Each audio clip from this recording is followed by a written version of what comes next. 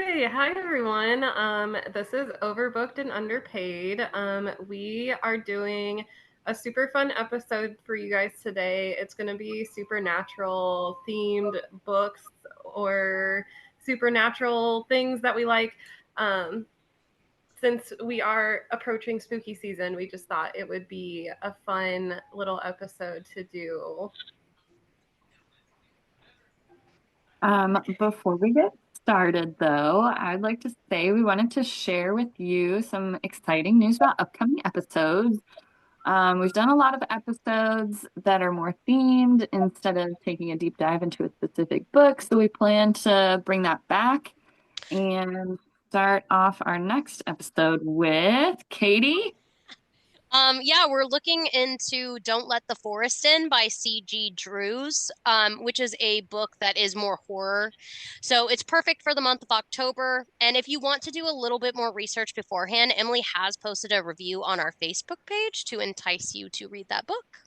Definitely go check it out.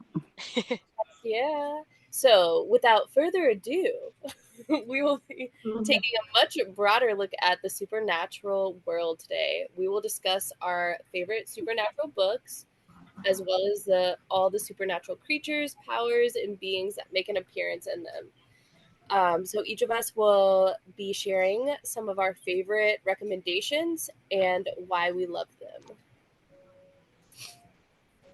Okay.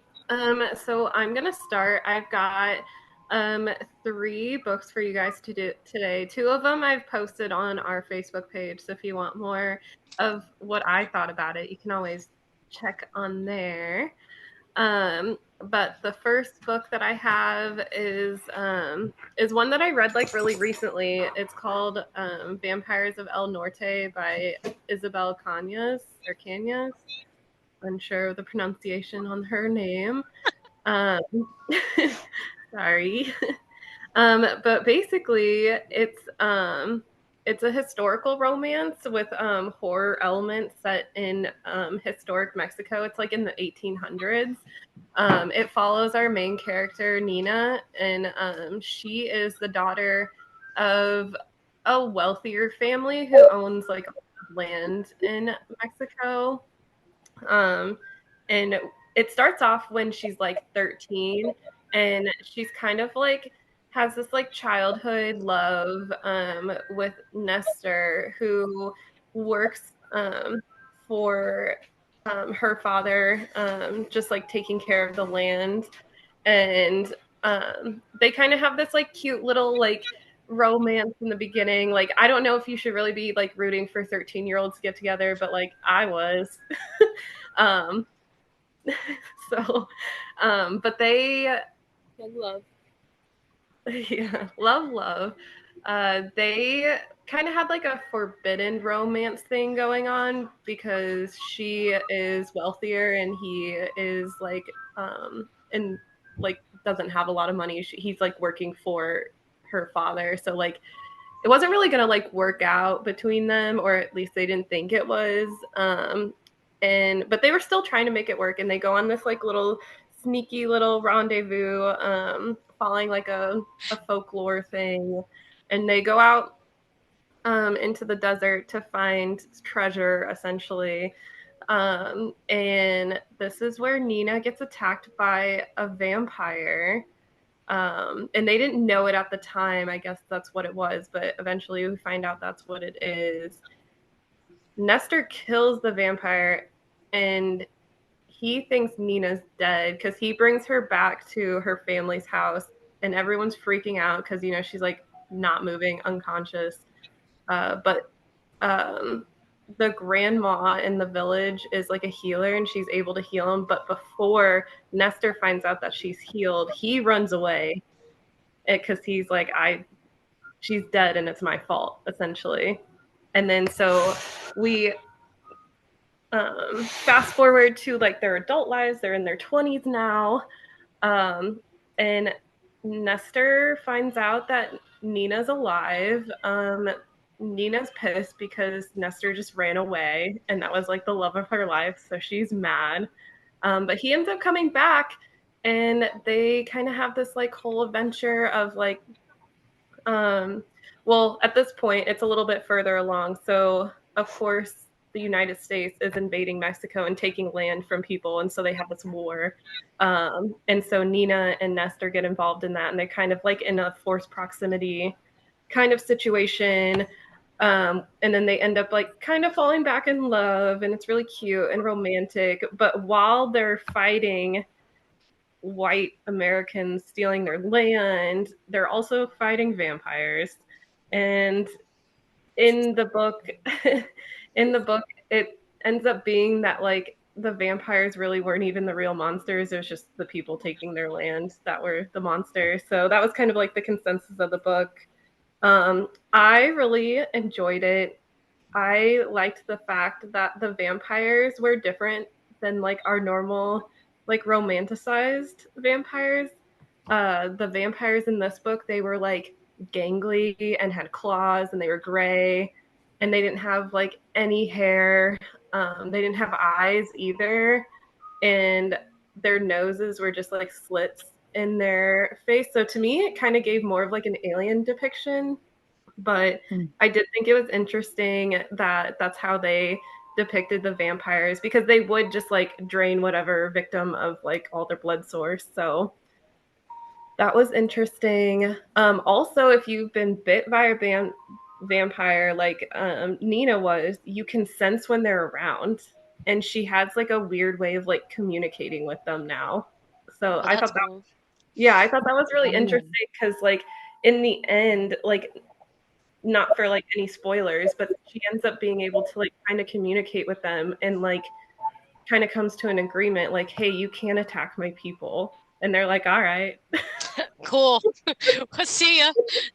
Yeah. Um, and then I think my favorite part of this book is that again, like they made the connection that like the monsters weren't really the vampires. It was just like Americans stealing land from them. And that's kind of like the more solid message that we kind of got across is like sometimes the obvious monsters aren't really the monsters, it's the people trying to harm us in different ways.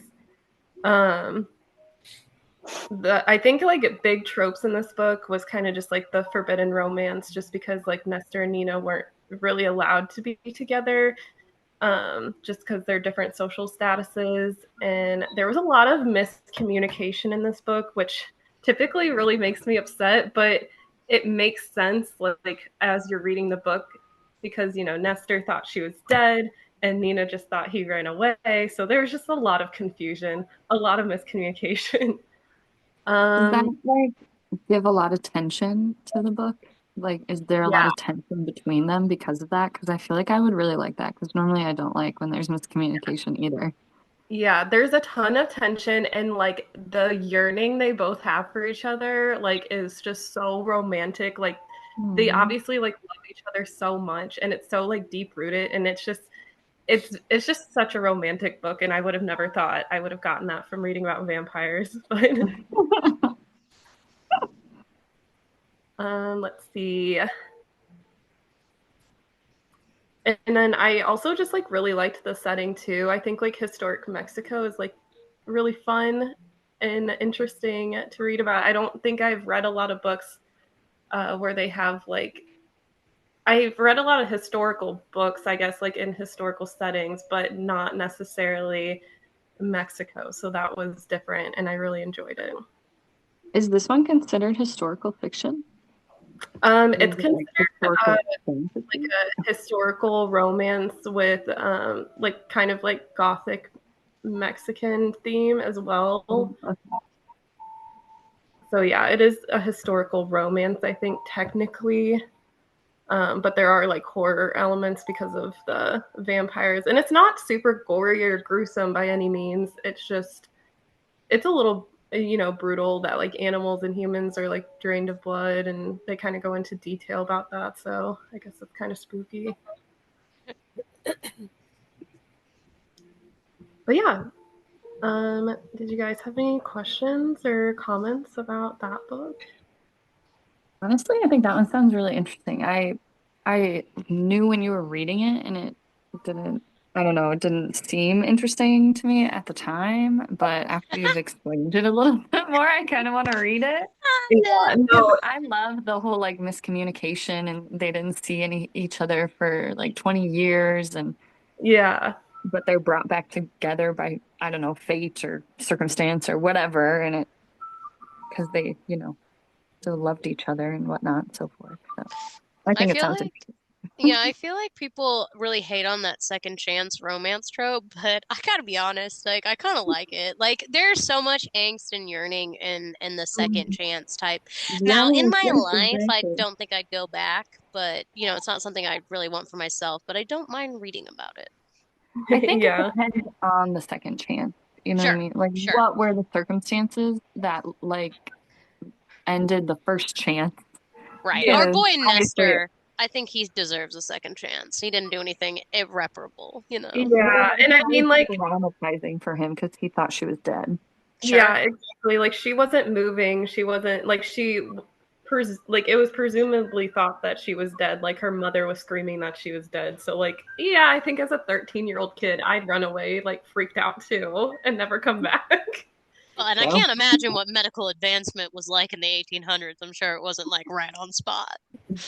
Well, yeah, they just had like village healers essentially, and they called like so if you got like bit by a vampire, but you didn't necessarily like succumb to it, it was called susto, is what they called it in the book, and then like um, Abuela in the book, she could heal the susto by like calling back your spirit. So very like energetic healing, I think, more so than medical. honestly, for all intents and purposes, then she was dead. Like, Yeah. what was his name? Nestor. He wasn't wrong. You know what I mean? If her abuela We want to get couldn't. technical. Like, Yeah, if her abuela wasn't able to do that, like if she was any kind of Joe Schmo without the family connections, Yeah. she would have been So, dead. So I don't Joe know. Smo. He deserves a second chance. Oh, I'm gonna dead. read this book. That's so funny. yeah, Uh, you should read it. It was definitely one of my top reads this year, and I wasn't expecting that. So, Yeah. very happy about that. She also has a book called Hacienda, and it's also kind of like the same, like Mexican Gothic theme, but it's about like a haunted house slash possession, and I'm interested in that as well. yeah. I feel like I like that we didn't go for the obvious enemy too. Like I feel like I would have Yeah, liked that aspect to it. It's like okay, like not like the vampires aren't all evil. Like humans do messed up shit too. yeah, yeah. I think we can get a synopsis of that in our today world as well. Indeed. You should probably put the date though, so people know what the hell you're talking about. Or maybe Maybe. don't let them imagine. All right, so I'm gonna jump into the next book I have, and this one is also very different from what I was used to reading, but it was also another top read of this year, and it's "Someone You Can Build a Nest In" by John Wiswell. Um, so this book is basically it's a cozy horror fantasy, which like sounds insane, but like it works really well. It's about a monster. Her name is Shishishin, also insane, but like fun. Um, and basically she's just like a shapeshifter monster. And in the book, she ends up falling in love with a human named Homily. And then she she basically it's just kind of like a back and forth of Shishishin like trying to convince Homily that she's human because she loves her, but then like in the end, like Homily finds out that she's obviously not human and then like still loves her anyways, and it's really sweet. But the whole time Shishishin is being hunted by Homily's family, so like that creates some dangerous dynamics. And she doesn't want to like eat her her girlfriend's family essentially, but it's kind of hard to do that when they're like hunting you. Oh Is, gosh. This is is wild. Homily, is Man, really got Homily to deal with family the like in-laws there, dude. Like, I know. It's really unfortunate for her. But Uh, what's the backstory of this book? Like maybe she does want to eat her as well. Whoever yeah. the author.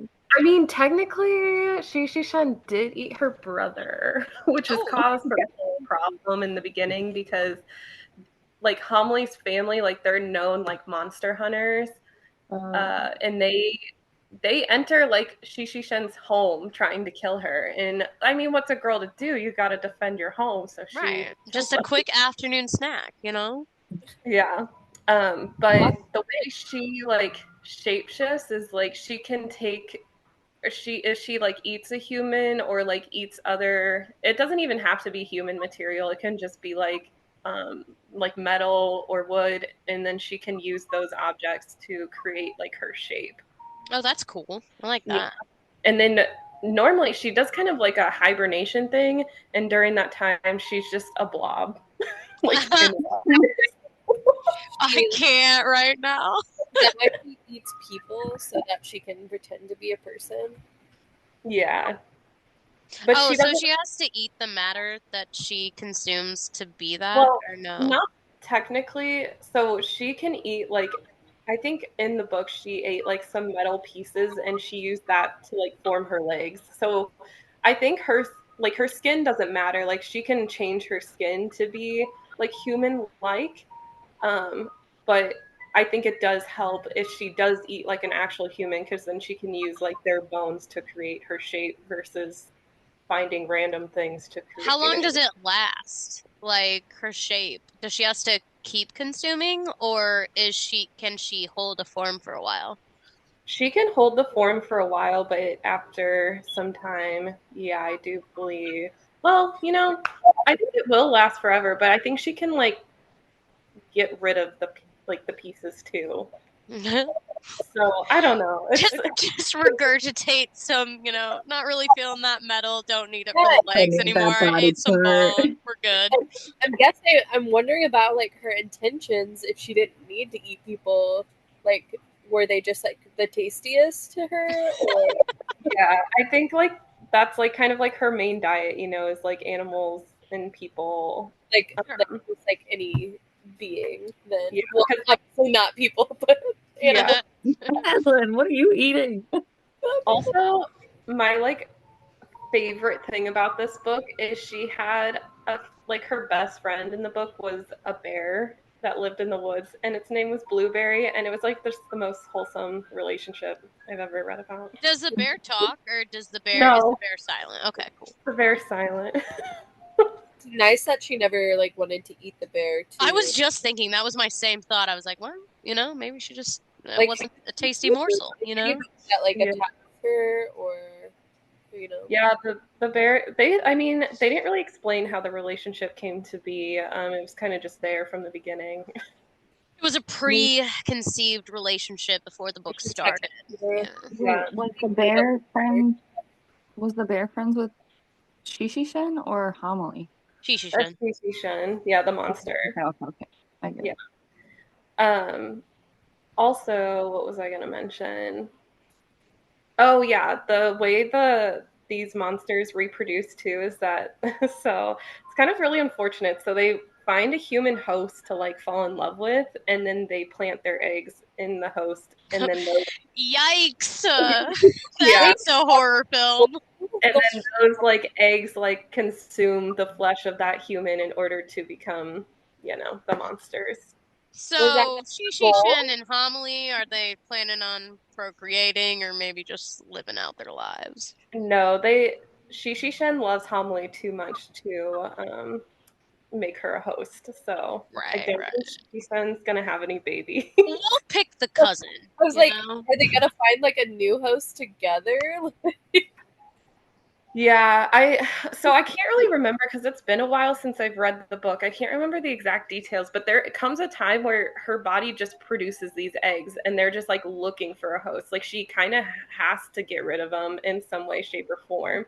And Like, so she's like terrified of like being around Homily for a while because every time she's like with her and she touches her, like the eggs are like threatening to come out. Ooh, So yikes, yikes. what in the world? I'd be yeah, like, I so, love you, but I'm not really feeling that, you know? Uh, what a yeah. tough life for she. know. Yeah, she does have a really tough life. But it was just like the whole thing was just like really like whimsical and like cozy, and it was just like they just loved each other so much, and it was really sweet. Was it funny? Yeah, it was really funny. That was one of my points. Because like Shen is not human. She says a lot of like off the wall things that like Love just humans that. would say, and I like found myself laughing a lot because they were just hilarious. That's funny. Yeah, but then there's also some other tropes in this book. Like Homily was really like kind of like abused and traumatized by her family, so that was kind of like a big trope is like family trauma, abuse, and then because they're both female, there's like a good queer representation. Also, the names in the book were really unique and different, which I really enjoyed. You've heard some of them, like Homily and Shishishen and Blueberry, but there's a lot of them. Like the brother that she kills, his name's Catharsis, and I don't know, they're just all crazy names, and I loved it. It was really interesting. Oh, it was really cathartic that we killed Catharsis. Yeah. It Tis really was. was a jerk. Because Shin is a shapeshifter, could she have chosen to like shapeshift into a male as well? I believe so. Like she could probably present herself as male. Yeah. But she always presented herself as female, so I don't really know. I think it was just like what she preferred. Yeah. That's so interesting.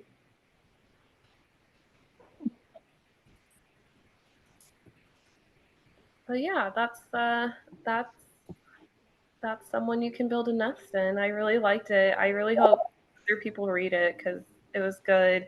And I also think I put that one on Facebook. So Yeah, you did. You did review that one. yeah, I probably should have read that review before talking about it because it has been a while. I think I read it like a long time ago. Dude, it had to have been a couple months ago. Yeah. And I don't have the supernatural ability that Katie does to remember every single book in specific details. So. Ah, speaking of, Speaking of supernatural, Supernatural. we have one with us. do you believe in the supernatural? Absolutely. I am one. I have a supernatural power. Okay, so I'm going to jump into my last book because I feel like I'm taking up too much time. This one I think a lot of you guys read. It was Phantasma by Kaylee Smith. Phantasma is a dark fantasy romance, and the main character, Ophelia, is a necromancer, and her mother passes away, and she inherits all her mom's debt, and her sister's also missing. So, uh-oh. So she enrolls into this competition where you can get a lot of money at the end to pay off the debt. But the competition is in like a haunted house, so to say, and you have to go through all these trials, and every trial is like hosted by a different demon. Which I guess at the end you don't actually win a lot of money, but you you get to win a devil's wish. So I guess you could win to be debt free, or you could wish to be debt free at the end. But yeah, she basically goes through all the trials and then obviously she wins. So that was cool. The supernatural themes in this book are demons, ghosts, monsters, and then she's a necromancer. So, Is there romance? huh? Is there romance in this book? Yeah. Yes, and it's my favorite part because as she's doing these trials, she meets Blackwell, who presents himself as a ghost, and they fall in love and have some spicy moments, and that's like my ultimate like thing. I want a ghost boyfriend so bad. I want to be in love with a ghost. So I feel like So I feel like this book just like really romanticized that for me. Harvey. But 'twas an embodiment of my every wish. Yeah. Um, that's actually like what I wrote in here, and I said, "Well, I'm super into demons and ghosts, so it's right up my alley." And then, I would just be down to do some wild things with either or demon or ghost, but like my only requirement is like they gotta be hot. I'm not having sexy time with some like crazy looking person. We got our ghost standards. Like, And from the book, Blackwell, who is the ghost that like helps her out throughout all the trials, is pretty fucking hot. So I was into it. yeah. Also, the trials were like really kind of like cruel and unusual, and there was like a lot of monsters, and like the people that were participating in the trials like kind of died in some like gruesome ways. So that was different. I liked the whole like haunted house aspect though. I think it was like even when she wasn't doing these terrifying trials, she would like be walking down the hallway and some other terrifying thing is also happening, and I was like, man, this girl just like can't get a break. It's funny. But it was nice because she had Blackwell to like help her, and who doesn't want a hot ghost helping you out when the scariest things are happening? So, question with Blackwell, was he just a ghost of the haunted house? Like once she won, did they? So there I was guess like maybe don't give me spoilers, I I was gonna suppose, say that's but kind of a spoiler, dude. That's is it? Okay. there was I'm like just curious. I'll have to read the book. I can't handle horror though, so I don't know if I'll be okay.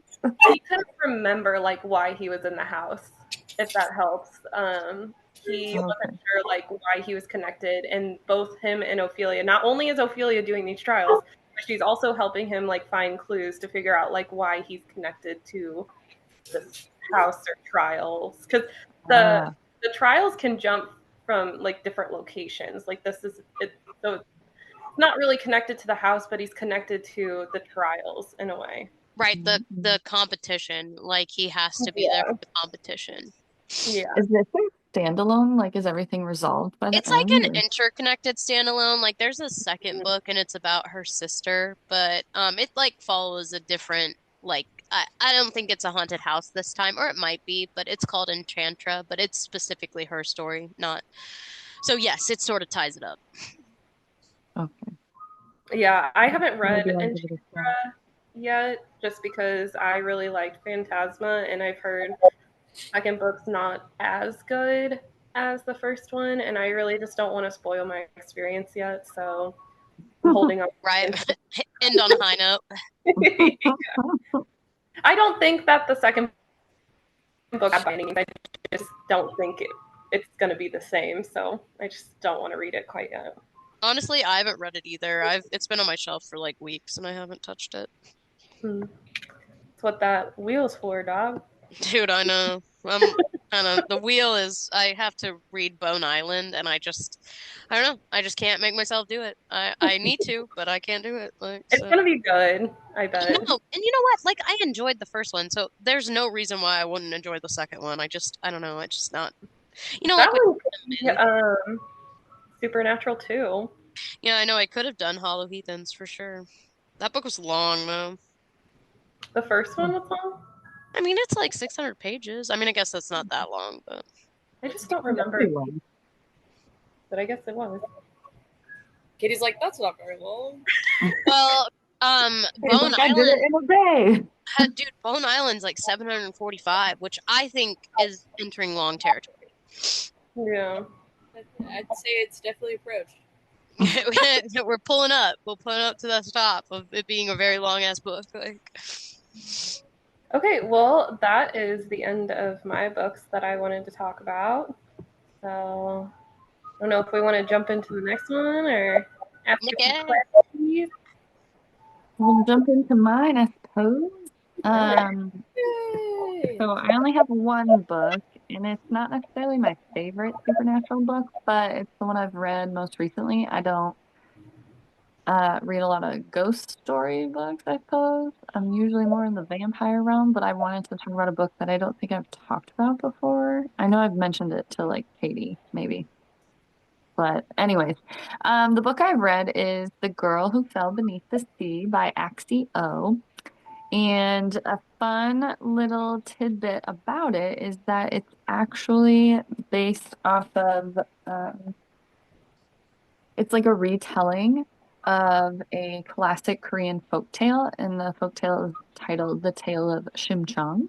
So if you guys want to check out the folktale as well, but it's told in a more like feminist perspective with the main character Mina trying to make like her own destiny and determine her own fate rather than accepting a destiny that's kind of been laid out for not necessarily her, but for like the the bride of the sea god. So yeah, I thought that was really cool. I love a good retelling of like old folklore or like ancient gods or situations. So I thought that was interesting. But just to give you guys a synopsis, Mina is the main character, and she's your average 16-year-old girl from a seaside village, and the land is plagued by like really bad storms, like deadly storms. People die, and the townsfolk like are trying to figure out a way to basically appease the sea god.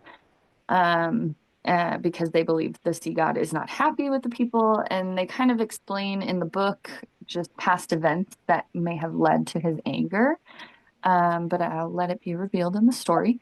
To appease the sea god, though, and bring calm seas, a beautiful girl is sacrificed annually in the hope that she'll be chosen as the true bride of the sea god. And so one hasn't been chosen yet.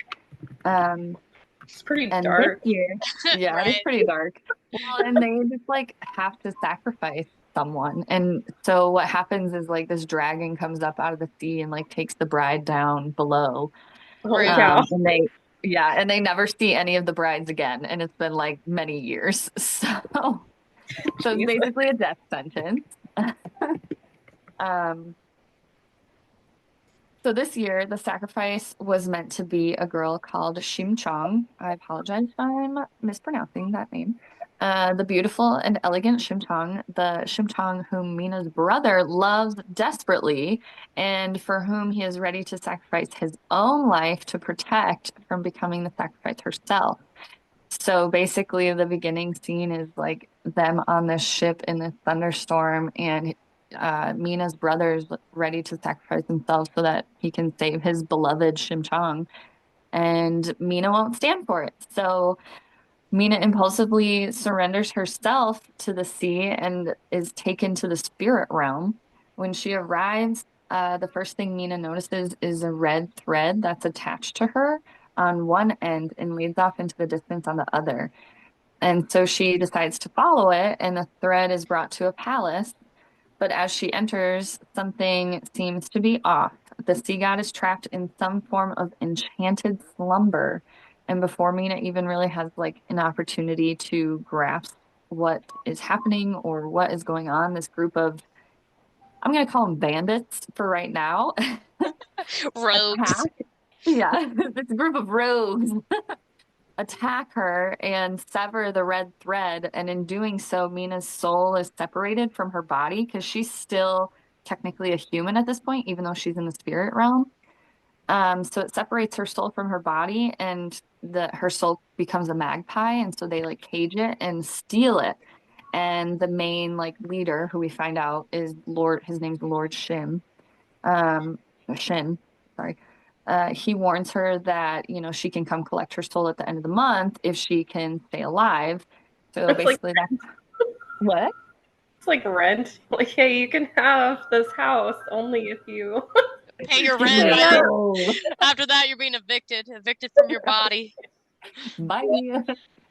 Well, so basically, when he severed the red thread that attached her to the sea god, like, the story starts from there. And so she tries to steal back her soul because obviously very jarring to not have it, and she doesn't want to die. And if she doesn't steal it back within the month, um, she could die. So what ends up happening is she goes to steal it back in his house, and some other thieves are there to try and steal the soul of the um, sea god's bride, because apparently this is something he does with every sea god's bride.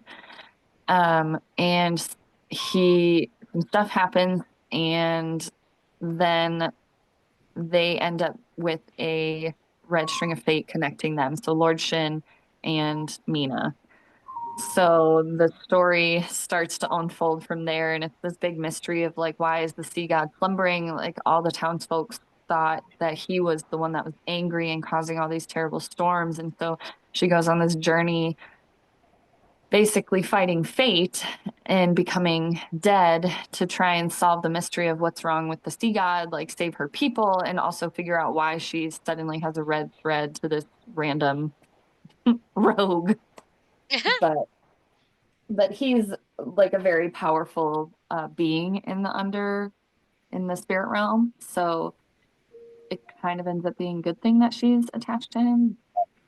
But I really like this book. It had a lot of the spirit realm and the world building was really cool. I thought it was really well written. It reads more of like young adult, maybe even like middle school read. It's super easy, but I also think she did a good job of like describing everything. There's gods, demons, and mythical creatures. Um, and the majority of the book is set in the spirit realm. So I found that really interesting just to see how like they do things in the spirit realm compared to, what she's used to.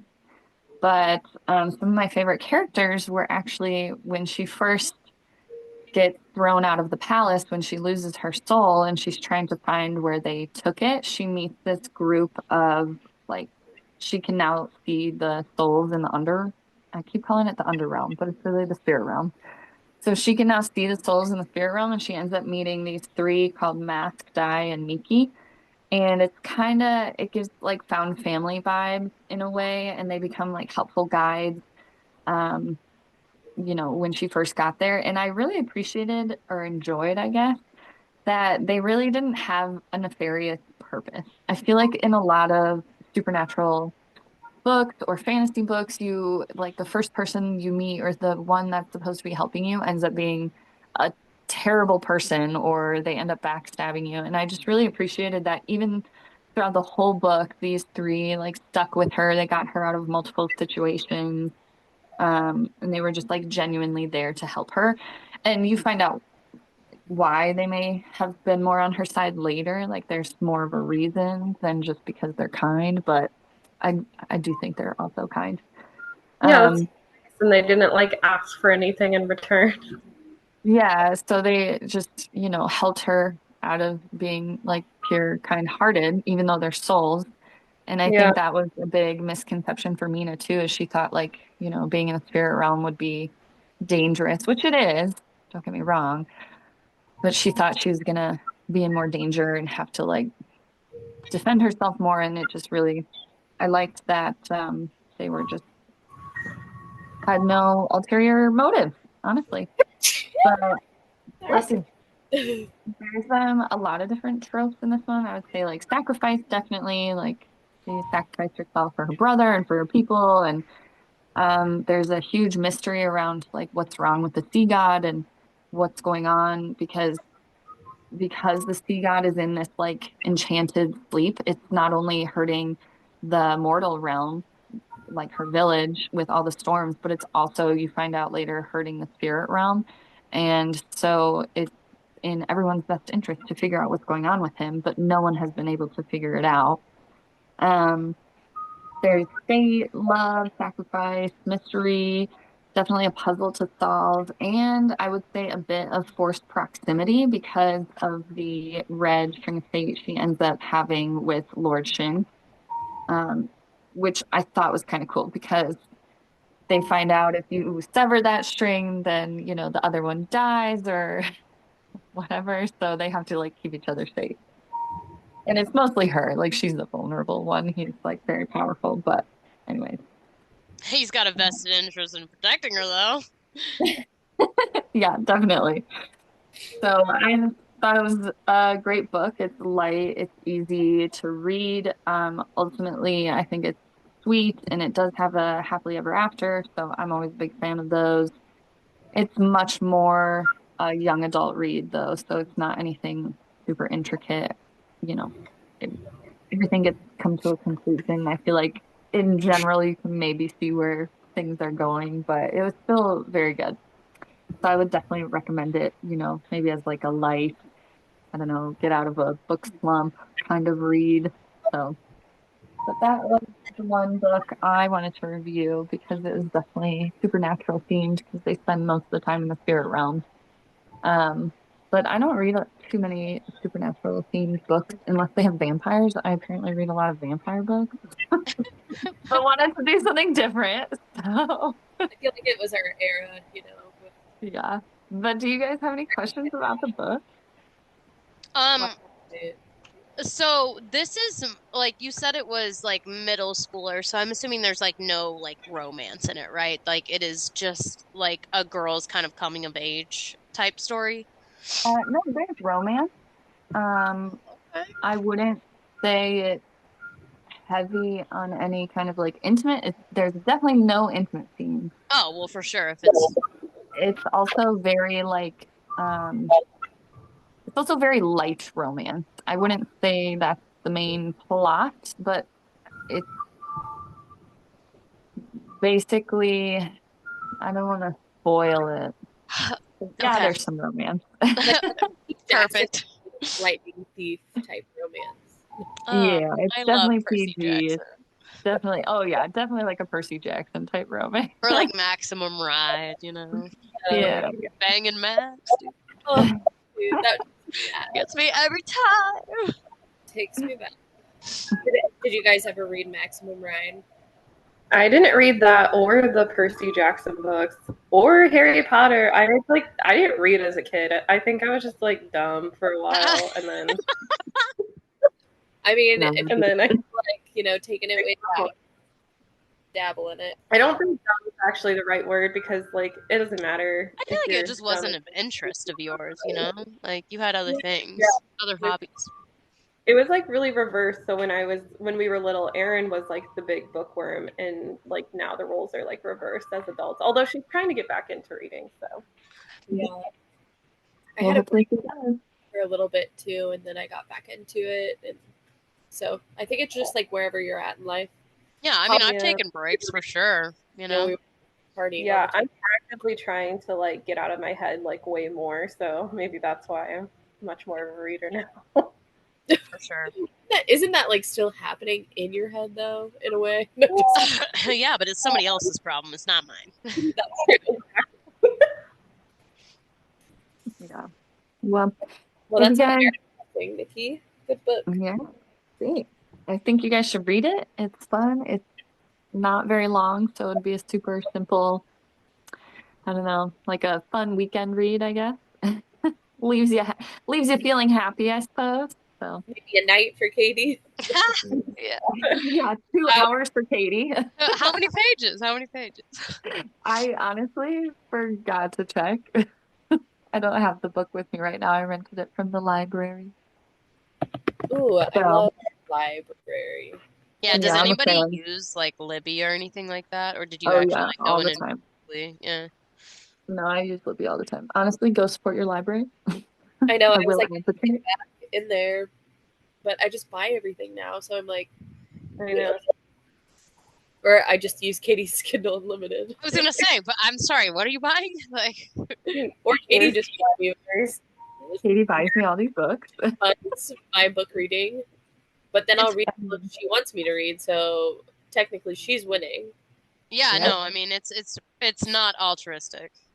It's Honestly, 352 pages. oh yeah, see, super simple, short read. Yeah. Couple But hours, honestly, done. like I love the library, and I that's not to say I don't buy books though, because the library has a book sale section, and their books are literally 50 cents. Oh So yeah, if that's anything, it clutch. encourages my book buying. Oh, yeah. to an unhealthy level. Well, I feel like the like local libraries, they have so much more than just like you going to get a book. Like they have like events and like things for kids to do, Oh, and definitely. They're we actually just need to support the stores. yeah. Yeah, I agree. Support education, We should support all the Yeah. library. go to the library next week or something. Not this Yeah, week. I guess so too. But anywho, on that note, the next person to talk, I think, is Katie, and she's gonna chat about um a fun book. She's written a post or posted a review on Facebook. So if you guys want more info, you can totally look there. But take it away, Katie. I This thought one? you were gonna say a book I've written. I was like, oh no, dude, we can't. Well, we're still waiting on that one, Katie. I hope you're still continuing to write it. Yeah. I actually decided I'd bring this one so you guys could see the cover. Just Oh, love it. Because I it's know the beautiful. artwork is so cool on this book. Malin, do you remember who does the artwork on this book? I think it's I like didn't remember Sophie or something. Yeah, we looked it up at that coffee shop that one time, but it's really cool. Like they make the cover and then like from like just odds and ends like around, like paper mache, or like, weird Oh, stuff like that. And then I'm guessing they like print it like, from whatever the artwork is, but really cool. Um, this is a series. It's by TJ Klune. It is a 4 book series. Each book follows like a different character from their perspective, but I'm just gonna talk about the first one because that is my favorite. I think the last one, Brother Song, is probably my second favorite, but this one follows Ox, Matherson. So it's all told from his point of view, which I feel like I've talked about this multiple times, how I hate like single POV books or whatever. But this one, like, just honestly kind of blew me away. It's so good. TJ Klune's writing styles is so interesting. I was just constantly fascinated by like what he was gonna say next. But essentially what it follows like 2 decades of like Ox's life. So it kind of starts I think he's like 16 in the beginning. Actually, I think he's 12 in the beginning when his dad leaves. And then he's 16 when he meets Joe Bennett, which is the youngest of the Bennett boys, who basically just changes his whole trajectory, and what he has planned for his life and, really introduces him to the supernatural world. The Bennetts are a family that have deep ties with where they live in Green Creek, and they come back when Ox is 16, and that's when kind of the story really starts to unfold. Ox is introduced to the supernatural world. The Bennett family are a like legendary like family of like werewolves. They're very high up in the like werewolf like politics hierarchy or whatever. In fact, the Bennett Thomas Bennett is the essentially like the leader of like the werewolves or whatever. He's like the ultimate alpha, if you will. Now this book is like just absolutely soul crushing at times. It's really good though. I shouldn't say that to like deter you from reading it, but it does have like Joe and Ox's romance. Like it doesn't obviously they start out as friends, but it does develop into a really like sweet, romantic, also like angsty and heartbreaking romance that just spans decades. There's a lot of action. There's a lot of, I would say, like, definitely check your kind of trigger warnings. There's a lot of death. I mean, just some of the stuff that happens to this poor family and this town are just tragic. But yeah, it's really good. There is werewolves, witches. There's like kind of like a bond. Like the Bennetts have like a tie to this land, I guess, like Green Creek, and they're able to defend it that way because they have such deep ties to the land. So like warring werewolf packs can't get in. At times due to this deep magical bond to the land. My favorite characters are for sure Ox, and he's so prevalent in all the later books as well. Even though he's not the main protagonist, like we're not getting it from his perspective. He's just such a like dynamic character. And then I love Joe Bennett as well. And then Elizabeth Bennett is his mother, and she is just wonderful and amazing. Gordo Livingston is also a really good character as well. The second book is him, and his relationship with Mark Bennett and their kind of struggles and trials and everything like that. But he's a witch, and he's like the Bennett's witch. So he does all of like like I don't know, like boundaries to like protect Green Creek. Um, so there's a lot of different supernatural components That's to like this. a really interesting dynamic because, I think we're so entwined, like when we think werewolves, vampires, because Right, Twilight. there's no vampires in the story. The only thing that like really came about was werewolves and witches. Like each Yeah, pack so that's has its own witch. Yeah. yeah, kind of different. I like that.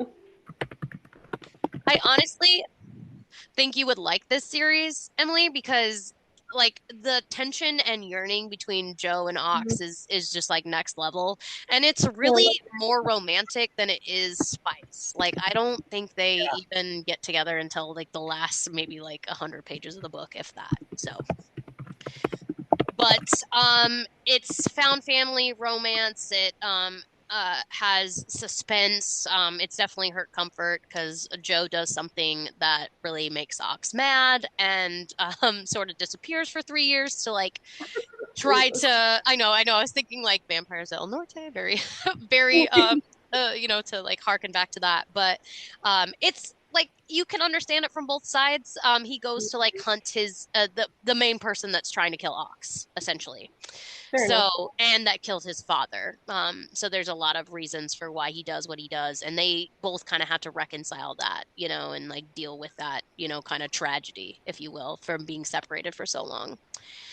But anybody have any questions about Wolf Song? I feel like I have talked about it so much that like any question you would have had, I probably already answered, but I am open to anything. So it's Joe and Ox, it's an LGBTQ Yeah. relationship. Hmm. Oh, Yes, ma'am. Yep. Yep. So Joe is the youngest Bennett boy. There's three of them. They all have their own book. So Joe's book is the first one, and then Mark, which is their uncle, is the second book, and then Kelly, which is the middle brother, and Carter, which is the oldest. Carter and Carter's story is equally soul crushing. So Brother Song is probably my second favorite. I don't know why I like to destroy my life, but alas, here it is. But yeah. and I'm sorry. So is Ox a werewolf then? Ooh, that is a really good question, and I don't think I'm gonna tell you. Oh, is Because that like it, essential to the story?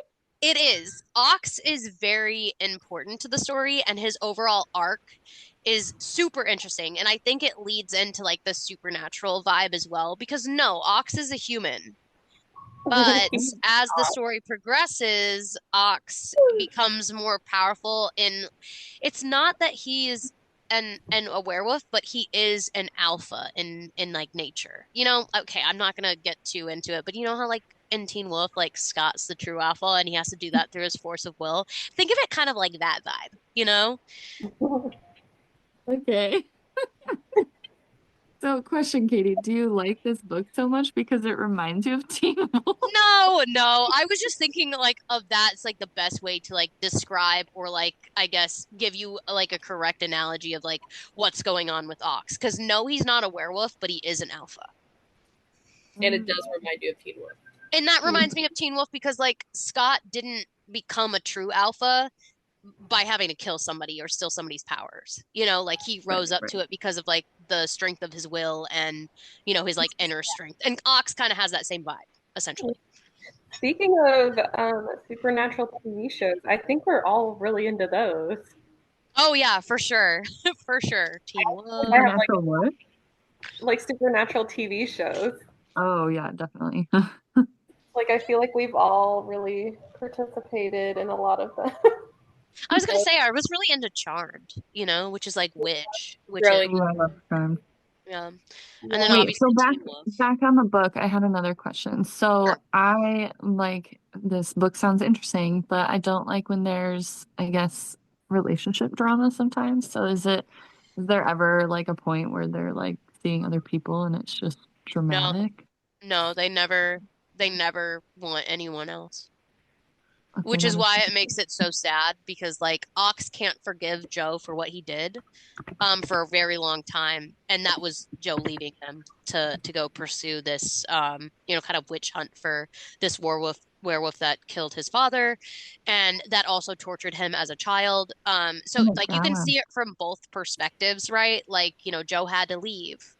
Yeah. That's how Joe feels, but Ox feels like he didn't have to leave and he could have protected him from where they were and they could have done it together. So that's Yeah. where the majority of the angst comes into. But no, there's not any like they were always meant for each other. Like a parent, like Joe gives Ox his wolf, which is like sort of like a rite of passage. And like if you give somebody your wolf, that means you're choosing them. Um, Oh, yeah. So there was nobody else for either of them. that's so sweet.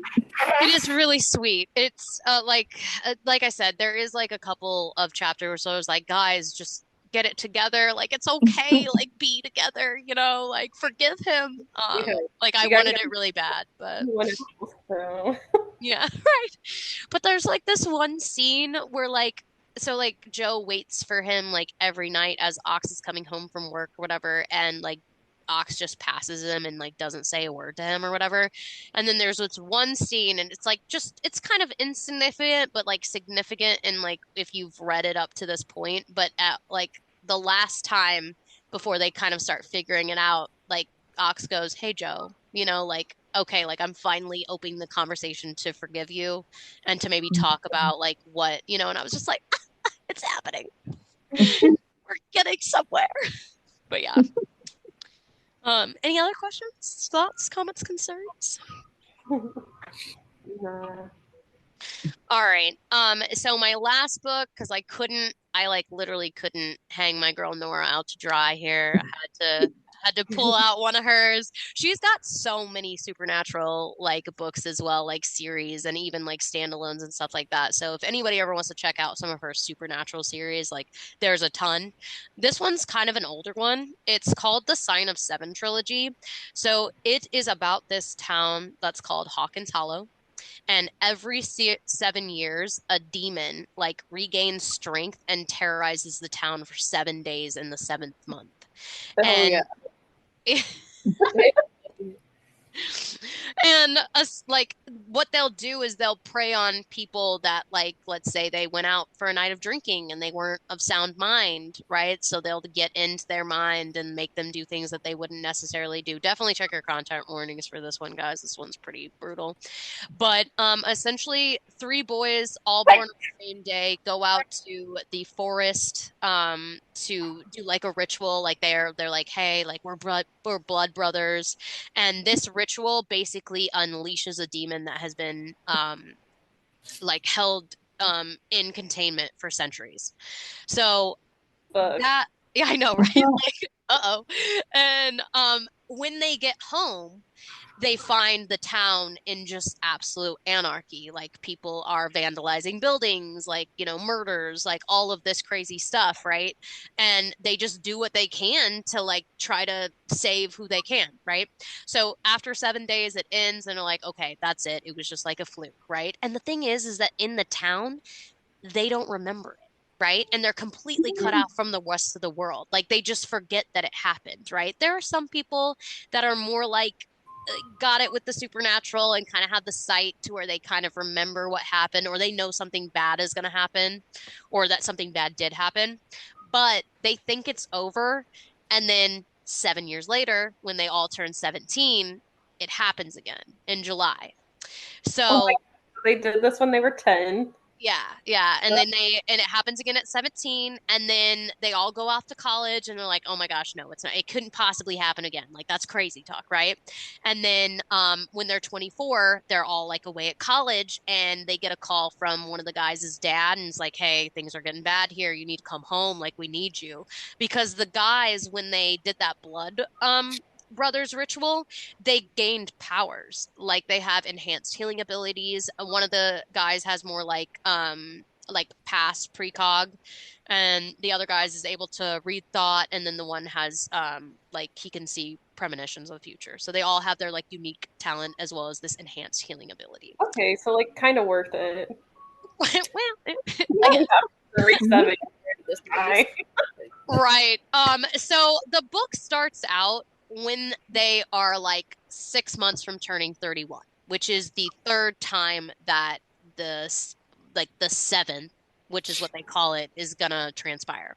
And they start having visions and dreams of like, basically their town on fire and, multiple people just dying, if you will. But what also is different about this is that three women happen to wander into town and they all kind of have their own unique gifts and they're what kind of like basically changes their fate essentially. The Blood um Sisters. yeah.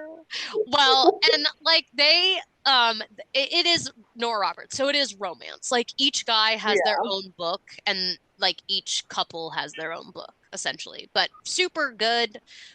Really great like found family. Like the guys are, like they would do anything for each other. They die for each other. And then the women, they form this like, kind of unshakable bond even though they don't know each other before this happens. This, kind of brings them together, but it's really good. It's really violent, though, I will say, and it's super intense. Like, this is the one series of hers that I just honestly wasn't sure if everybody's going to make it out alive.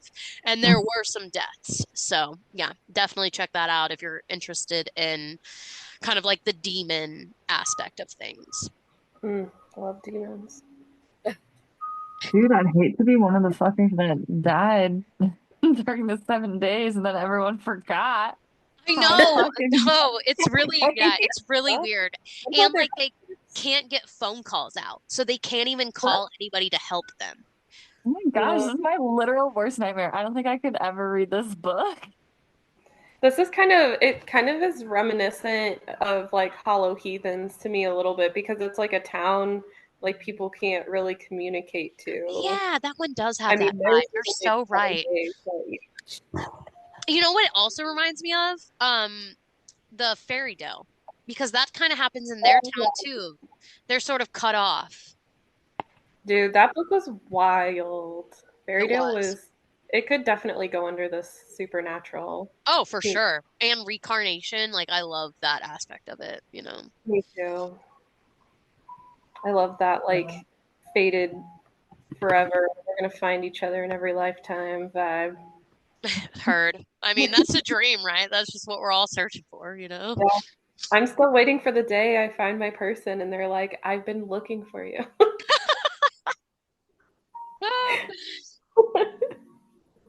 What's a girl gotta do? Like, where you want me to go? But, Probably sell my soul to a demon or something, I think, at this point. well, and then at that point, he can just be your one true love. If he can, like, dissipate like a ghost, like, boom, you got Yeah. it. Everything you ever wanted. if he's like a hot demon. Is he hot? Like, perfect. Yeah. Every apple. Yeah.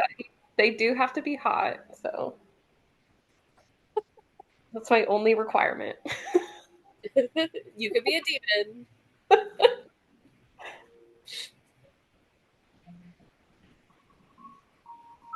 That is all I had, though. So, Mad Dog, take it away with your book. All right, I'm gonna do my best here. I'm not feeling great, so Oh no. we'll You see if can do my it. like brain can keep up with this book review. So the book I chose was The Grace Year by Kim Leggett. I think that's how you say the last name. I also reviewed this on our Facebook page, so if you want to take a look at that, you can. So basically, this book follows the main character named Tyranny, and she is in this dystopian society. Um, and every year, the girls that are 16 get sent into the wilderness for 1 year, and it's called the Grace Year. And they're like kind of exiled to this camp. And they are supposed to purge the dangerous magic that's within them that, like, gets all the boys going crazy or like makes them like really Like puberty? like Or... lustful. Um, all that dangerous, wild magic. In reality, it's more like this is done to them to like kind of control them. But everybody in the town believes it. Everybody on the outside of the town believes it, and yeah, so it's like run by like these men, basically. Um, yeah. Naturally. So basically, there's like a bunch of strange things that happen at this camp where like you start to wonder like is this magic real, and you don't know like as you're reading the book if it's real or fake, and you don't really know until the end, and I'm not going to give it away. So if you want to read it, you'll have to find out. Oh, savage, bro. um but let's see what else I have here.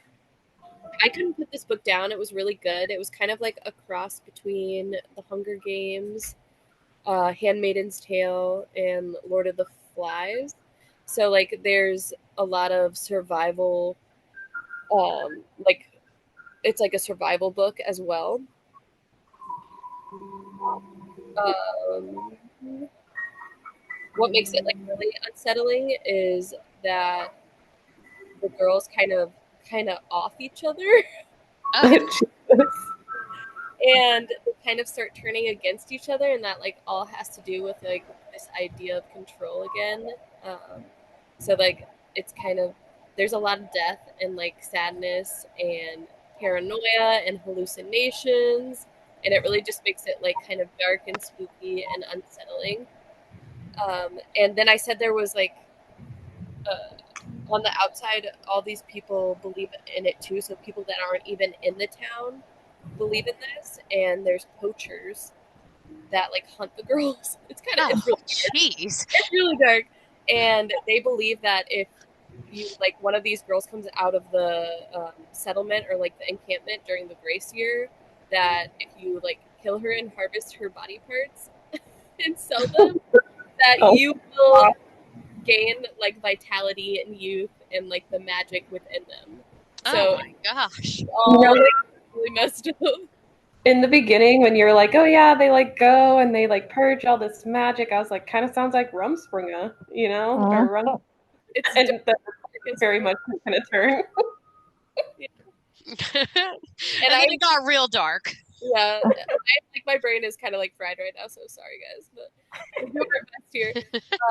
There's also like a little splash of romance in there, and it is like nice, but I felt like it kind of took away from like the action of the book. It kind of like slows it down, and you're like, what? Oh, okay, this happens. But she falls in love. Tyranny falls in love with this man named Riker, who's a poacher, and it's kind of like the forbidden love. So, but in the end, he like saves her, and it kind of there's also a tragedy in there somewhere, but we're gonna leave that for the people who want to read it. Sounds like the whole book is tragedy. It is pretty, but there's also um, some resistance. Like the town kind of comes together, and like a cool aspect of the book is that they use these flowers to kind of communicate. So the resistance has this one type of flower, and it keeps like popping up everywhere, and they use like it as another like symbol in other ways too, to like put out hope or and stuff like that. I'm struggling. Okay. It's like a Mockingjay. Can I Yeah, ask you, it has like some Hunger Games, as vibes. can I ask you a question about the romance? Yeah. How did they like meet if he's a poacher and she's a girl getting rid of her magic? Like, was he trying to kill her, or because I don't know that I could get past that. Like, Yeah. is So he like a new poacher? Doesn't really want to do it, but's gotta, It's yeah, just a job. Like, is there any redeeming quality, or is he like a morally black character, dark character, yeah, like morally gray? he's actually a really good guy, and I'm like I don't know how much to give away. He just got wrapped up in the wrong business, you know? Well, you're either a part of the town or you're on the outskirts, and that's your job. So Yeah. it's like one or the other, or you're uh, a lady of the night, if you will. So you don't have many options in this town. It's either you're a wife, a worker, or you're not in the town and you're a poacher, and you have to feed your family somehow. And the body parts of these poor women are sold for very high prices, and that's how they make their money. So, Yikes. all Morally gray. So he's morally gray. Does he kill anyone? Like, or does Yeah, he? dude, he's a poacher. well, I don't know if he's actually killed anybody in this book. Like, Is it a before. series? It's just one book. It's a standalone. Oh, okay. It's actually going to be made into a movie too in No shit. in 2020, but there has been no talk of it since. So, Ah, yeah, it's like got stuck in pre-production purgatory hell. yeah. So what happens is the girls, they kind of all turn against each other Right. inside this camp. They start following the same rules that like are brought to them by the men in the town, and they kind of like establish those same rules in the camp. Hmm. So, like if you don't follow a rule, like you might lose a finger. Like there's intense stuff. That finger would feed like a couple families right there. Pricey. Yeah, there's so much more to it. I can't even like. It's a lot. There's a lot. I feel like to it would spoil it if you got too in depth too. Yeah. But she gets kind of pushed out of the camp by the girls, and she has like the survival instincts, like Katniss Everdeen, if you will, and can kind of manage on her own. But she does get pretty injured while she's out there, and Riker actually saves her because he's indebted to her father. Oh, Her, nice. her father actually saved his life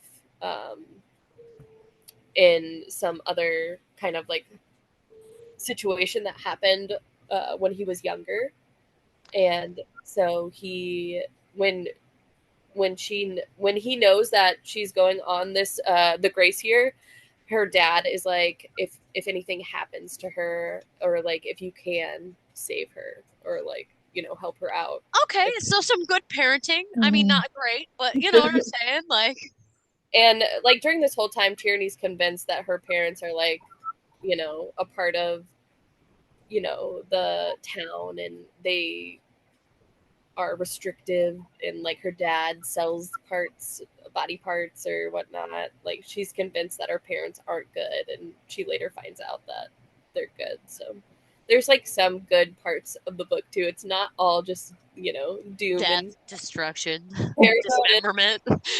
Yeah, Like, Right. Yeah, Yeah, this the is 3Ds. a year-long process, right? yeah, it's a year-long process, and so each year these girls come back and they don't say anything about like what happened there, or like how it like what went down. They all believe that like they had magic and they got rid of it. It's And kind of so like Yellow Jackets, yeah, that's where they're all like in the wild and I don't know, doing what yeah. they're doing. And the girls, they all believe it too while they're there. So like they'll be like dancing around the campfire, and one girl will be like, I have the power of the sun, and like start believing that she can manipulate like the fire. And There are like survivors after this year, like not all of them die. not all of them die, and but like the sad part is they all go on this to like come back and then be reintegrated into this kind of controlled society. Yeah, so it is like sad, but at the end of the book there's like starting to be like this kind of resistance that pops up because these girls come back differently um, than the girls before them. So the tropes in this book, definitely dystopian society. And then the supernatural part is they believe they're being haunted the whole time by like the Grace Year's girls past. So there's like a lot of like different hauntings that happen at the encampment, and they all believe they have the magic. But I'll leave it at that. And then there's the forbidden romance between the poacher and the Grace Year girl, and the strong, rebellious heroine is tyranny, and I always love that, like, from my Hunger Games era. So it's nice to have that kind of character, even though it's like overdone and overplayed. We still love it. Okay, we love a strong female lead. Agreed. Yeah, Me too. stop loving that. Um, and then the one thing I really liked about it is like the flower language. So I actually went to the Ren Fair and I like made these little like flowers with like different like these little watercolor drawings with flowers that had different like messages on them depending on what the flower was, and like gave them out to people. Oh, And that's cool. Love that. I was like, this is what I was like, this kind of reminded me of that book, and it was like a creative idea that I really liked. So that's pretty much on that. I know that was rocky, but we're sort of surviving here. That was great. So, like, based on all the books that we have covered today, what do you guys think about the supernatural? Do you think it's real? Yeah. Yeah. Has anyone ever had any like supernatural experiences in their lives? I'm upset because I haven't really had any supernatural experiences. I would love to experience something. Obviously, I don't want to do anything super scary or like life-threatening, but Sure. I would like to experience something at some point. I Yeah. mean, you give me enough detail about anything, like I'll believe in it. It's That's funny. Like, if you don't want it to be bad, though, marrying a demon might be not like your best option. No, just based on like what I've heard about demons. Yeah. Maybe a ghosty boy would be better. A I ghosty know. boy. I think I'm more into that because like he could still like come out with me and it wouldn't be like terrifying. If I went out in public with a demon, people would be terrified. Right. They Um, might question it. Yeah. so a Sure. ghost could come out in public. It would be Well, could they even see the ghost? Like, would it be all right? Like, yeah, exactly. might look a little weird if you're like talking to somebody that's not there, but that's fine. I already talked to myself in public anyway. Right. I mean, that's a regular phenomena. Yeah. Not just you, but many, myself included. I haven't really had any like supernatural thing happen to me either. But I do have like one thing. When I was younger in high school, we used to, okay, like I know this is going out into the world maybe, but whatever. This was a long time ago. So we used to like Statue's limitations good. we used Huh? to 5 years for trespassing. yeah, we used to break into like abandoned buildings, and we broke into the insane asylum in I Oh, think in it's Bartonville? Bartonville, Yeah. and Not to we like give you a location, but we would like take pictures in there, and there was like a bunch of like orbs that would just like kind of ooh, appear. hell no. And there's like a little cemetery out there too, and little orby dudes would appear in there. So like that's like the extent of my like I mean, so that place has got to have some real negative energy, you know? well, People hanging around there. one thing that was really scary in there is like they still had like beds that had like handcuffs on them Oh, and heck no. up on in the like rooms and stuff, and so Yeah. it was just like really sketchy, but it was like really cool to do when I was that age and like thrill seeking. you know we'd also walk around like cemeteries in the dark and just Yeah. try to get I feel like you can't get away with that now. You know, they really police those places. Like, but back in the day, I don't know, the early 2000s, I mean, it was free for all. yeah, Yeah. people like deface stuff. I never deface Oh, anything. for sure, for But sure. big No respect. respect. They're just asking to get haunted. Yeah. There you go, But- Emily. Go ahead and deface property in an insane asylum. You'll But find make out. sure he's a hot ghosty boy, you know? I don't think Talk I to would him first. I don't think I would earn like a hot ghost boyfriend if I was doing something nefarious, Yeah, Like I you'd think own like a poltergeist or something. I guess yeah, the dark exactly. wasn't Don't want It'd be like paranormal over here, you know? Like, yeah. I do like I low key do really want to get into some ghost investigations. Like I dude, that think would that'd be be so really cool. Yeah. I was so down to do that. I'm gonna let you guys do that when I you're love alone, to and I would like say love very it back in the slowly. day. It was so much fun, and exciting. You know So what though you could do, Nikki, instead of like No, being in there? You could like monitor the feed, just to make sure nothing, I've read books No. where like they're ghost hunters and there's always like one person that's like not in the location monitoring the feed, and I'm like, okay, like one I of us could do mean, that. shit, I guess I'll like, I don't know. I'll It be would on the walkie-talkie elsewhere and I'll call 911 if something bad Right, happens. exactly. Like, yo, in quadrant 4, there seems to be a shadow person. You better get out of there, bro. Like, yeah, be the security. 10-4. Oh, Like, dude, I haven't had any, I don't think, Oh god. supernatural. I had this one dream, but I'm not even gonna say it because I don't want to give it power because it scared me so much. oh my God, my dreams scare the shit out of me. Like, I see Tony Coletti on my ceiling, like, probably 3 nights a week. Like, Oh yeah. Okay, but you have like a cause for that. Like this dream was from when I was a kid and it like mm. has no background and it lives with me still today. And I feel like if I talk about it too much, I give it power and it'll come back. That's Anyway, true. That's supernatural as hell, dude. I dude, really I feel like I maybe believe it too much because I let my mind run freaking Sure. crazy. When I feel yeah. like that's our main problem, like at least like the four of us, like we just have too much of an interactive imagination. Like I can make up stuff, in my head Oh and yeah. like see it on the walls because I just, it's just too clear in my mind and I freak myself out. Oh yeah. I guess I Ditto. do have or Nikki, did you wanna like share the dream or is it like you said you She don't doesn't want want to give it power, dude, you know? to?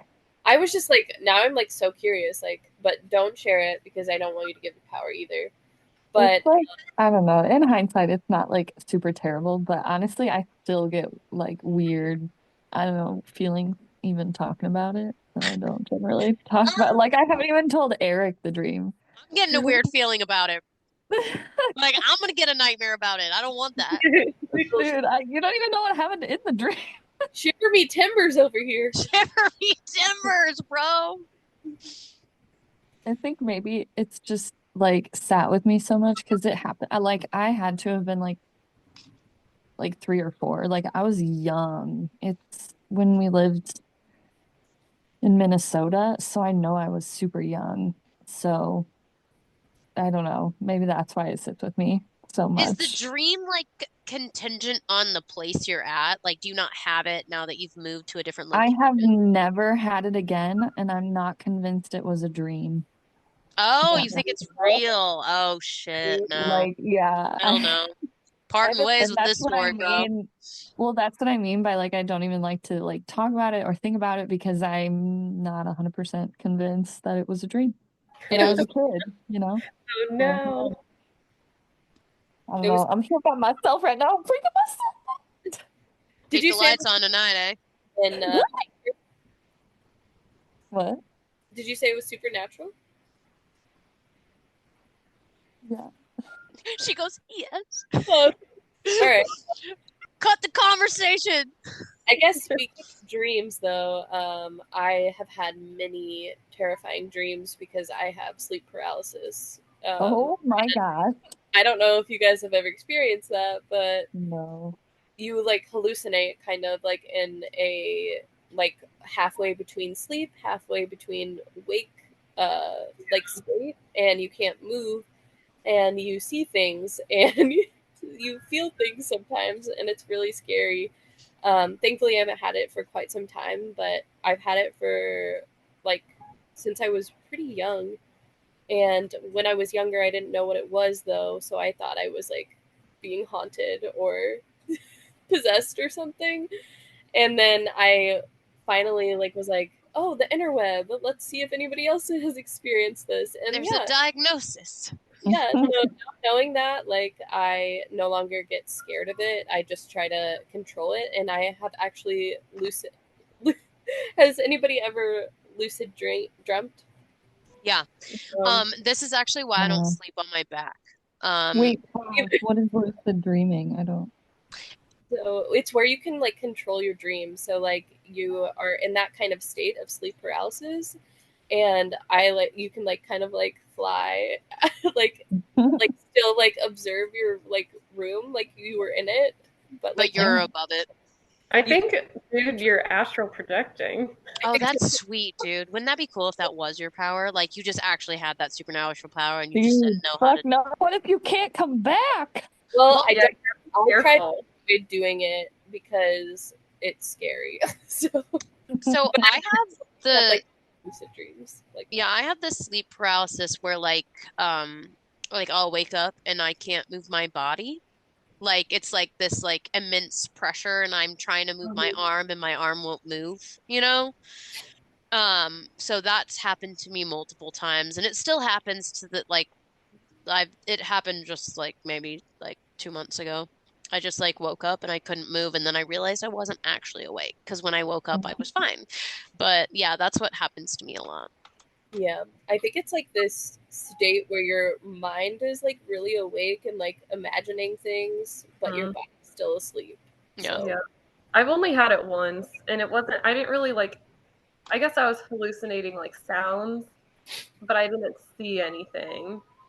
Because like I could hear someone like breaking into my apartment, but I knew that wasn't actually happening. But I Right. couldn't move or do anything about it. I just yeah, had to listening.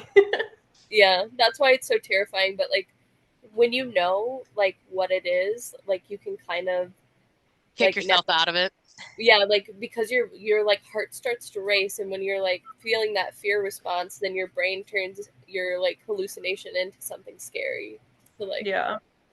It so I also like is like for me the first stage of waking up too. Like once my heart start racing, then I'm like, oh shit. And like my mind just like goes on overdrive and then I like move my finger and I'm like, oh thank God. Like but that doesn't always happen, right? Like it only like happens sometimes. Like it's weird, sometimes right? I'll go back to bed.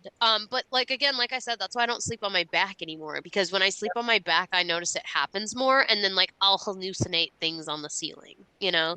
Because I have such an like overactive and yeah, precisely. Overactive imagination. Like I remember when we were at the Brighton Boulevard house over here in Panama City, like I woke up and like the smoke detector was in our room, so it casts like a shadow. Mhm. And like I saw her face and I couldn't move in my mind, you know? And then like I woke up and like Ryan was just snoring softly, no issues, and it was just the smoke detector. But like, it's like our mind plays tricks on us when Yeah, we are especially when in you're that state. scared. Yeah. Yeah. So I just want to point out when you sleep on your back, it happens more that way because I think the position of your tongue, it like cuts off a little bit of air. And Ooh. so like you're not getting as much oxygen to your brain, so that's what causes this. Dude, no freaking way. Am Well, I just I Yeah. never sleep on my back anymore. in It my doesn't brain happen, cells? so But I I sleep never on my Yeah. do stomach. that. Either. I figure if I can't see it, then whatever. If it comes at me, I'm hoping I just don't like, have to, it doesn't hurt, it's over. One of my like craziest, well, not really craziest because there's been a lot, but like I'll like be laying on my side and I'll be having the sleep paralysis, and then I'll like get up, but like I can't move very well, and like my whole body will just fall to the ground, and I realize I'm still asleep and my Oh, body's still on the bed. yikes. I hate that. Like that gives me shivers. Like, Me timbers. Yeah. All right, so that's like my supernatural stuff. What do you guys like really enjoy about like the supernatural books in general, though? I like that it's not like there's an element that is like otherworldly, because like I feel like with contemporary books, like it's like I already lived my life, I already experienced that. So to experience something that like is outside of my normal everyday life is exciting and fresh and new. So that's typically why I gravitate to books like these if I'm bored with like a contemporary type book. You Yeah, guys have like a favorite supernatural thing to read about? I probably would. Like I feel like I gravitate toward werewolves for sure. that makes I feel sense. like I gravitate towards vampires. I really don't like werewolves. Yeah, see, I don't love vampires. I don't know why. I think it's because like the vibe of living forever just makes me want to vomit. Like I can't even think of like doing that. That sounds awful. So I think That's that's why I right up don't. my wheelhouse. Right. Like I just don't like okay, so have you ever this is like an older movie, but it's called like AI or whatever, and it's like this AI life form that like basically goes like lives till the end of our civilization, right? And I just can't resonate with the fact of like everybody that I know and everything that I love, like watching it die, you know? And Yeah. like the rise and fall of civilizations just being around for it. Like that just scares the ever loving shit out of me. So that's why I don't love vampires. That's why you just have to make another one and make them stay with you forever. True. I mean, maybe it would be better with a companion. I don't know. Like, I always say, like, think about how many books you could read. But oh, yeah, that's true. That's the only reason I would want to live forever because I could get, you know, a large amount of it done. Yeah. but I'm just turning everybody a vampire that I want to be a vampire. Right. Just turn Let's everybody. all be vampires, just so you know. But then if you turn everybody, then where's your food source? Then you'll just dry up, you know? So I guess it's like the only people I too. like. You know what I mean? Oh, right, facts. Not everybody. I do think it's important. If you're gonna turn anybody, definitely ask for consent because the I watched that like interview with a vampire and they turned this girl that was dying and she was like, I don't want to be this anymore. Like I don't want to live forever. Like I'm stuck in like a 14-year-old body and I don't want to do this. Yeah, that was facts, guys. If any of you ever decide that you want to turn me into a vampire, think twice because I will be pissed for the rest of our lives. Well, could we like read books for a while? Then you could just step out into the sun when you're feeling. I mean, but that's like vampire lore. We don't even know if that's what actually kills them. Like, you know what I'm saying? Like, that's just stuff that we as society. And like probably by now they've like built immunity to it, you know? Right. If there's a secret vampire society, that's my thing. Like, there's so much we don't know about the world. Like, werewolves, vampires, witches, they could all be hiding in plain sight, you know? So that's why I think I believe. I think I believe in most supernatural things, but definitely like witches are real for sure. Yeah, I like feel that's like a real. Yeah. Yeah. I think anyone can be a witch, honestly, if they just harness the power of just like using their energy for different things. Like we don't even use a lot of our brain, yeah. Only like yeah. 1% or something like that. Yeah. Consciousness in general is fucking crazy. It is. Yeah, agreed. Just saying. Just putting it out there. But that's for another podcast. But do you think that because we don't use 10% of it and maybe like people in society have more like, I don't know, like let's just call it brain power, right? We see it as magic. Like, because like when they invented the wheel, like that was magic. You know what I'm saying? So is it just because we don't understand it that we feel like it's magic or supernatural? Argument could be made, you know? Probably. That's a big brain thought right there. Ooh, 11%er over here, bro. Used a little bit more just now. I mean, I definitely think there's some truth to that. I still feel like there's supernatural things, but I definitely like you said, people that don't understand, you know, stuff that's happening to them tend to like one, villainize it, and two, like just look at it as magic and like it's impossible to explain when really maybe it's like makes total sense if you were to understand the workings of whatever, you know? Right. Yeah. Agreed. Okay. You know what I just realized? Like, what? We had like an intro, but I didn't really write an outro. You know what I'm saying? Yeah. Well, I feel like this is probably good enough. Stopping point. I feel like we talked about some really good books today. And I mean, solid reads. You know, I'll hype them up anytime. I want to read like she. And the demon town. Blackwell. Yeah, that sounded really interesting, and I love the spiritual realm because Avatar: The Last Airbender, they always dive into the spiritual realm. Facts. I think it's so cool. So, I think lots of cool options. Just add it to my ever-growing TBR. You know, right? We'll add it to the wheel. Yeah, I think like another spooky book for October is exactly what we need. So I'm looking forward to reading. What was that book we're reading? Don't Let the Forest In. Yeah. Don't force it. It's so good. I can't wait for you guys to. Yeah. My Well. copy is on the shelf, just waiting to be opened. Can we see a preview and then we'll end it? Sure, sure. With the cover. Sorry for those who are listening. See this Be sure to catch our videos. if we put them out, even though I've been blowing my nose the whole time on this video. No, you can't see me the whole time on this video. But you get to see Lincoln, the bitter pie. All right, here's the cover. Very Oh, spooky. I feel like I've seen that cover. Is this book like pretty popular right now? Yeah. Yeah, it was like It's trending. It's trending on the talk. I feel like I've seen the cover grace my screen. Yep. All right, nice. Yeah. And it's like one of those books when you finish it, you kind of just like stare at the wall for a while. It's So, not kind of like super thick either. Like it's only like like quick. 300 some pages, I think.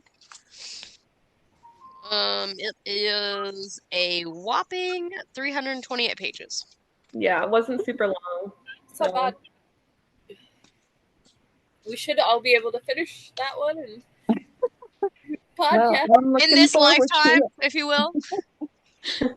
Yep. No need Become to a become a vampire. vampire. Wouldn't mind it though. Honestly, I don't have qualms about that, but that's just me. I mean, I don't want to like kill people, but Like Yeah. if there was an expiration date, okay, fine. Enhanced Yeah. strength, speed, sure, I'm down. I don't think you'd have to kill people. Like, I mean, I feel like there's so many vampire movie shows. Even this book that I just read, like The Vampires of El Norte, like they were draining cows, so you know. Right. we already do that kind of, which is Right. We've already got some vampire tendencies already, so we basically are vampires. yeah, I don't really like to go outside. We're kind of Nor leave the house. humans are kind of parasites if you think about it. Sleep is my favorite thing. That's the end of this podcast. See you later. Human nor parasites. Goodbye. Title All right. drop. Thanks for listening. Yes, thank you so much, everybody, for listening, and I hope you enjoyed our recommendations. Happy Well, spooky. we'll see you all for the next episode. Whoop, whoop. Oh.